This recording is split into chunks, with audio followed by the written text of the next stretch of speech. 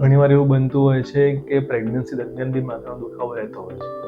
હવે આ જે કોમન માથાનો દુખાવો છે પ્લસ જે સિરિયસ આપણે ગણી રહ્યા છીએ, આપણે એની વચ્ચે કેવી રીતે ડિફરન્શિએટ કરી શકીએ? એટલે એ કોઈ પ્રેગ્નન્ટ, હવે ફોર એક્ઝામ્પલ પેશન્ટને પહેલાંથી માઇગ્રેન છે, પ્રેગ્નન્ટ ફિમેલ છે એને માઇગ્રેન છે, બરાબર, પણ આ જે હેડેક છે નવા પ્રકારનો છે, સિવિયર ઇન્ટેન્સિટી છે. સાથે જ્યારે ક્લોટ ફોર્મેશન થાય તો ઘણીવાર એક તરફની કમજોરી આવી, ઘણીવાર ખેંચ આવી બી પ્રોબ્લેમ એની સાથે થતી હોય છે. એટલે એ હેડેકને આપણે ક્યારે ઇગ્નોર નહીં કરવું. હોઈ શકે છે હેડેક એ ઇનિશિયલ સાઇન હોય આપણા માટે કે આપણે તરત એનું ટ્રીટમેન્ટ લઈએ.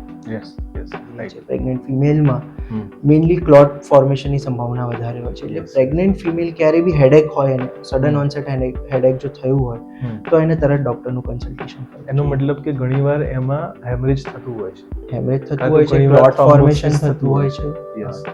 એના કારણે બી મહિલાઓમાં ખાસ કરીને પ્રેગ્નન્સીમાં માથાનો દુખાવો થઈ શકે છે. બીકોઝ પ્રેગ્નન્સી આપણે મેડિકલ ટર્મમાં કહીએ તો એક હાઇપર કોએગ્યુબલ સ્ટેટ છે. એટલે લોહી ગાઢું થાય, એના કારણે ક્લોટ ફોર્મેશનની સંભાવના વધી જાય. એટલે એવા કેસીસમાં આપણે ક્યારે હેડેક ઇગ્નોર કરવું જોઈએ.